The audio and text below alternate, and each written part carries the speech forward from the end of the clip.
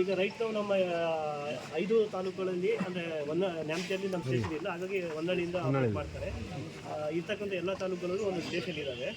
ಎಲ್ಲದರಲ್ಲೂ ಕೂಡ ನಮ್ಮ ಸ್ಟಾಫು ಅಲರ್ಟ್ ಆಗಿದ್ದಾರೆ ಮತ್ತು ಟ್ರೈನರ್ ಪರ್ಸನ್ಸ್ ಎಲ್ಲ ಇದ್ದಾರೆ. ಈಗ ರೈಟ್ ನಾವು ನಮ್ಮ ದಾವಣಗೆರೆಯಲ್ಲಿ ಮತ್ತು SDRF ತಂಡ SDRF ಮತ್ತು ಫೈರ್ ಡಿಪಾರ್ಟ್ಮೆಂಟ್ ಇಬ್ಬರೂ ಸನ್ನದ್ಧರಾಗಿದ್ದೀವಿ.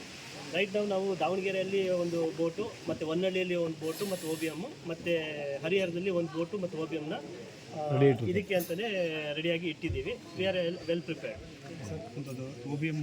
OBM ಔಟ್ಬೋರ್ಡ್ ಮೋಟರ್ ಅಂತ ಹೇಳ್ತಾರೆ.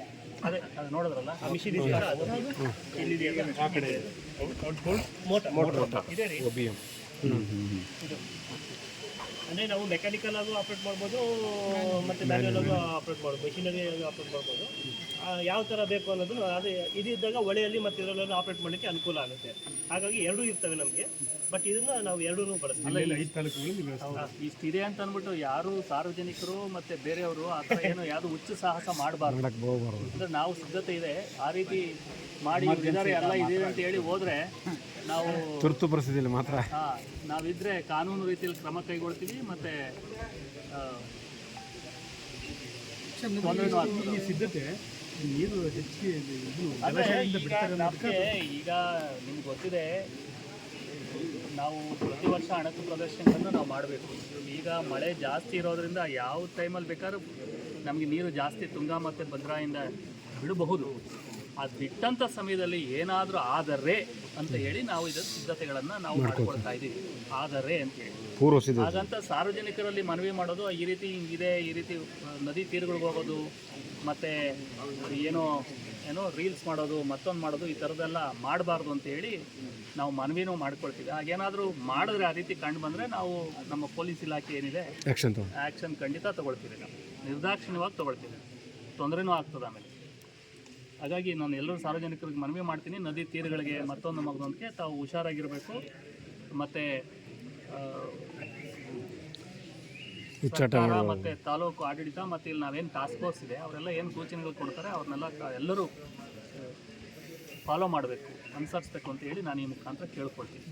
ಕಡೆ ಆಗಬೇಕು 12 ಮೀಟ್ರಿಗೂ 1,20,000 ಆದರೆ 12 ಮೀಟ್ರ್ ತಲುಪುತ್ತೆ. ಅವಾಗ ಅದೇ ಹೇಳಿದ್ವಲ್ಲ, ಒಂದು 15-20 ಮನೆಗೆ ಅಷ್ಟೇ ಎಫೆಕ್ಟ್ ಆಗುತ್ತೆ. ಅದು ಓವರ್ಫ್ಲೋ ಆಯಿತು. 1-1.25 ಲಕ್ಷದವರೆಗೂ ಏನು ತೊಂದರೆ ಇಲ್ಲ. 1.25 ಲಕ್ಷದವರೆಗೂ ಏನು ತೊಂದರೆ ಇಲ್ಲ. ಈಗ 40,000 ಇದೆ ಅಪ್ರಾಕ್ಸಿಮೇಟ್. ಈಗ 40-45 ಸಾವಿರ ಇದೆ ಈಗ ಹೋಗ್ತಾ ಇರೋದು ಕ್ಯೂಸೆಕ್. ನನಗೂ ಖಚಿತ ಮಾಹಿತಿ ಇಲ್ಲ, ಇವ್ರು ಯಾರೋ ನಮ್ಮ ಇಂಜಿನಿಯರ್ ಹೇಳಿದ್ರು ಅವ್ರ ಅನುಭವದಲ್ಲಿ. ಒಂದು ತುಂಗಾದಲ್ಲಿ ಒಂದು 30-35 ಸಾವಿರ ಇದೆ. ಮತ್ತು ಇದು ಮಳೆದು ಇದೆಲ್ಲ ಸೇರಿಕೊಂಡು ಒಂದು 40-45 ಸಾವಿರ ಇರಬಹುದು ಅಂತ ನಾನು 40,000 ಕ್ಯೂಸೆಕ್ ಇರಬಹುದು. ಇದಕ್ಕೆ ಡಬಲ್ ಆದರೆ ನಮಗೆ ಫ್ಲಡ್ಡಿಂಗ್ ಆಗ್ಬೋದು. ಅದಕ್ಕಾಗಿ ಸಿದ್ಧತೆಗಳನ್ನು ಮಾಡ್ಕೊಂಡು, ಯಾಕೆಂದರೆ ನದಿ ತೀರದಲ್ಲಿ ಕೆಲವೆಲ್ಲ ಇದಾವಲ್ಲ, ಮಾಡ್ಕೊಳ್ತೀವಿ. ಸಾರ್ವಜನಿಕರು ಮನವಿ ಮಾಡೋದಿಷ್ಟೇ, ಅವ್ರು ಯಾವುದೇ ಕಾರಣಕ್ಕೂ ಈ ರೀತಿಯಾದಂಥ ಸಾಹಸಗಳನ್ನು ಇದನ್ನೆಲ್ಲ ಏನು ಮಾಡಬಾರ್ದು. ರೀಲ್ಸ್ ಮಾಡೋದು ಏನೋ ಮಾಡ್ತಾರಲ್ಲ, ಸೆಲ್ಫಿ ತೆಗೆಯೋದು, ಈ ಥರದ್ದು ಯಾವುದೂ ಮಾಡಬಾರ್ದು. ಆಪ್ರೇಟ್ ಮಾಡಿ ಹೋಗಿ ಮಾಡಿ ತೋರಿಸಿ ಸಾಕು. ಎರಡೂ ಇಟ್ಕೊಂಡಿದ್ದೀರಲ್ಲ,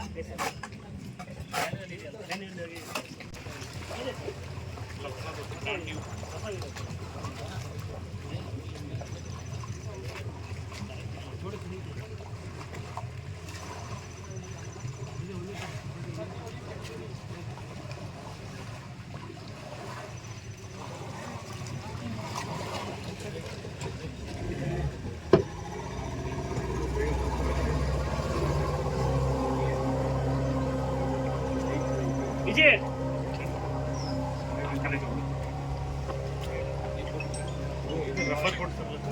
ಕಂಪ್ಯಾಟಬಲ್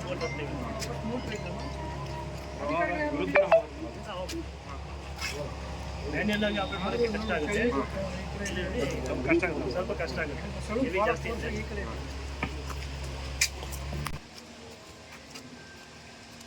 ಕರೆಂಟ್ಗೆ ಸ್ವಲ್ಪ ಸ್ಲೋ ಆಗಿ ಹೋಗುತ್ತೆ. ನಿಧಾನಕ್ಕೆ ರೀಚ್ ಆಗುತ್ತೆ.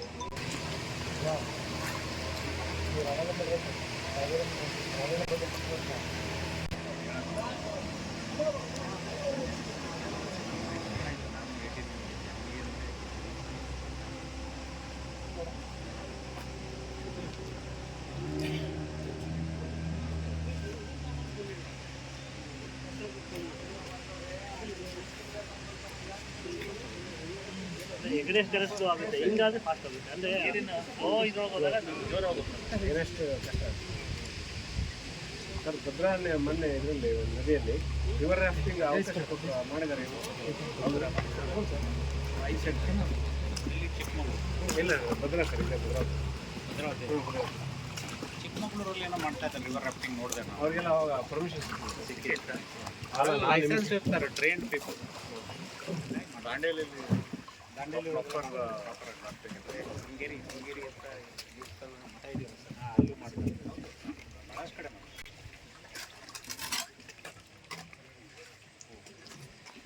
Good, thank you.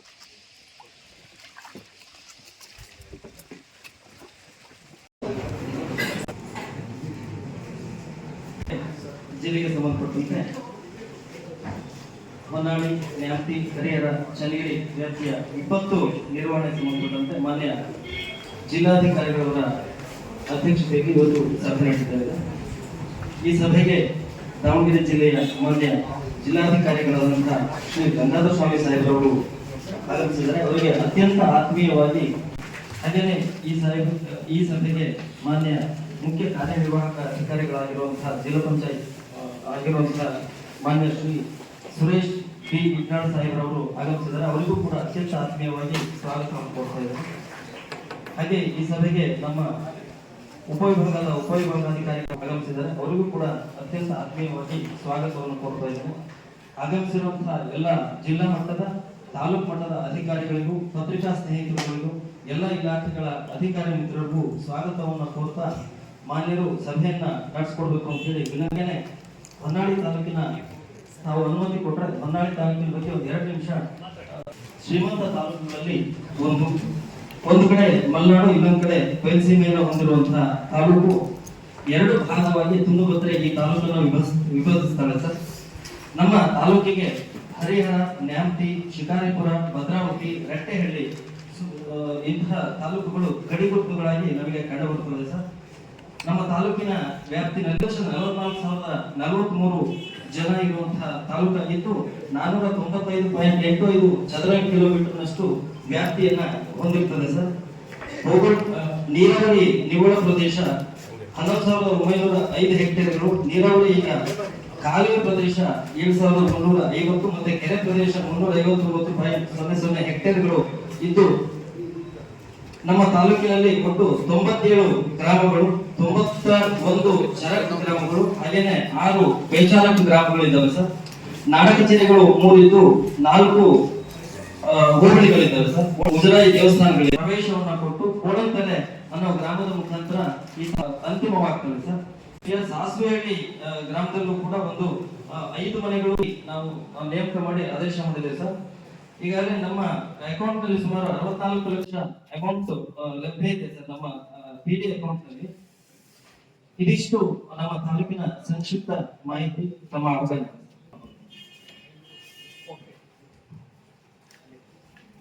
ಎಲ್ರಿಗೂ ನಮಸ್ಕಾರ.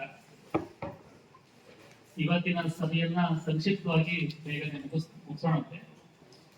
ಇವತ್ತು ಇಲ್ಲಿ ನಾವು ಸಭೆ ಸೇರಿರೋದು ನಿಮ್ಮೆಲ್ಲರಿಗೂ ಗೊತ್ತಿದೆ. ಕಳೆದ 10-12 ದಿನದಿಂದ ಸತತವಾಗಿ ಮಳೆಯಾಗಿ ನಾವು ಶಾಲಾ ಕಾಲೇಜುಗಳು ಕೂಡ ರಜೆಯನ್ನ ಕೊಟ್ಟಿದ್ವಿ. ಮತ್ತೆ ಇಲ್ಲಿ ಒಂದು 2-3 ಸ್ಥಳಗಳು ಹೆಚ್ಚು ನದಿಗೆ ನೀರು ಬಂದಾಗ ಹಾನಿಗೊಳಗಾಗ್ತಕ್ಕಂಥ ಪ್ರದೇಶಗಳ ಆಗಿರೋದ್ರಿಂದ, ಮತ್ತೆ ಮುಂದೆ ಈ ಸಾರಿ ಎಲ್ಲಿನೋ ಇರೋದ್ರಿಂದ ಸೊ ಮಳೆ ಅನ್ಪ್ರಿಡಿಕ್ಟಬಲ್ ತುಂಬಾನೇ ಜಾಸ್ತಿನೇ ಆಗಬಹುದು, ಇನ್ನೂ ಜಾಸ್ತಿನೇ ಆಗಬಹುದು. ಹಾಗಾಗಿ ನಾವು ಎಲ್ಲ ಪೂರ್ವ ಸಿದ್ಧತೆಗಳನ್ನು ನಾವು ಮಾಡ್ಕೋಬೇಕಾಗಿದೆ. ಈ ನಿಟ್ಟಿನಲ್ಲಿ ಇವತ್ತು ನಾವು ನಮ್ಮ SDRF KDF ತಂಡಗಳಿಂದ ನಾವು ಒಂದು ಮಾಕ್ ಡ್ರಿಲ್ ಮತ್ತೆ ನಮ್ಮಲ್ಲಿ ಇರ್ತಕ್ಕಂತಹ ಸಲಕರಣೆಗಳ ಒಂದು ಪರಿವೀಕ್ಷಣೆ ಮತ್ತು ಪ್ರದರ್ಶನವನ್ನು ಕೂಡ ನಾವು ಮಾಡಿದ್ದೀವಿ, ನೀವು ನೋಡಿದ್ದೀವಿ. ಅತಿ ಮುಖ್ಯವಾಗಿ ಇವತ್ತು ನಾವು 4 ವಿಚಾರಗಳನ್ನ ನಾವು ನಿಮಗೆ ಹೇಳ್ತೇವೆ. ನಮ್ದೇನೋ ಇದು ಸಹಾಯವಾಣಿ ಇದೆ, ಅದು it should be always reachable ತರ ಇರಬೇಕು ಜನಗಳಿಗೆ. ದೂರವಾಣಿ ಮಾಡಿದಾಗ ಯಾರಾದ್ರೂ ಜನ ಅದು ದೂರವಾಣಿಯನ್ನು ತೆಗೆದುಕೊಳ್ತಾ ಇಲ್ಲ ಅಂತಕ್ಕಂಥದ್ದು ಮಾಹಿತಿ ಹೋಗ್ಬಾರ್ದು. ಅದು ಯಾವಾಗಲೂ ಕೂಡ ಚಾಲನೆ ಇರಬೇಕು. ಅದಕ್ಕೆ ನೀವು ಆಲ್ಟರ್ನೇಟಿವ್ ಆಗಿ ಅಧಿಕಾರಿಗಳನ್ನ ನೇಮಿಸಬೇಕು. ಆ ದೂರವಾಣಿ ಸಂಖ್ಯೆಯನ್ನ ಎಲ್ಲ ನಮ್ಮ ಪತ್ರಿಕಾ ಮಾಧ್ಯಮದ ಸಹೋದ್ಯೋಗಿಗಳ ಮುಖೇನ ಎಲ್ಲ ಜನರಿಗೆ ಸಿಗೋ ಹಾಗೆ ನೀವು ಅದನ್ನ ತಲುಪಿಸಿ, ಮತ್ತು ನಮ್ಮ ಎಲ್ಲ ಗ್ರಾಮ ಪಂಚಾಯತಿ ಮತ್ತು ರೆವಿನ್ಯೂ ಇನ್ಸ್ಪೆಕ್ಟರ್ಸ್ ಮತ್ತು ವಿಲೇಜ್ ಅಕೌಂಟೆಂಟ್ಸ್ ಏನಾರಲ್ಲ ಅಲ್ಲಿ ಅವ್ರ ಮುಖಾಂತರ ಕೂಡ ನೀವು ತಲುಪಿಸುವಂತ ಕೆಲಸ ಮಾಡಬೇಕು. ಇನ್ನು ಎರಡನೇದು, ಈಗಾಗಲೇ ನಾವು ಶಾಲಾ ಕಾಲೇಜುಗಳಲ್ಲಿ ರಜೆ ಕೊಟ್ಟಿದ್ದೀವಿ. ನನಗೆ ಕೆಲವರು ಗ್ರಾಮ ಪಂಚಾಯತಿಯ ಜನಪ್ರತಿನಿಧಿಗಳು ಮತ್ತೆ ಸಾರ್ವಜನಿಕರು ದೂರವಾಣಿ ಮಾಡಿ ನಮ್ಮ ಶಾಲೆ ಸೋರ್ತಾ ಇದೆ, ಅದು ತುಂಬಾ ಶಿಥಿಲವಾಗಿದೆ ಅಂತಕ್ಕಂಥ ಮಾತನ್ನು ಕೂಡ ಹೇಳಿದ್ದಾರೆ.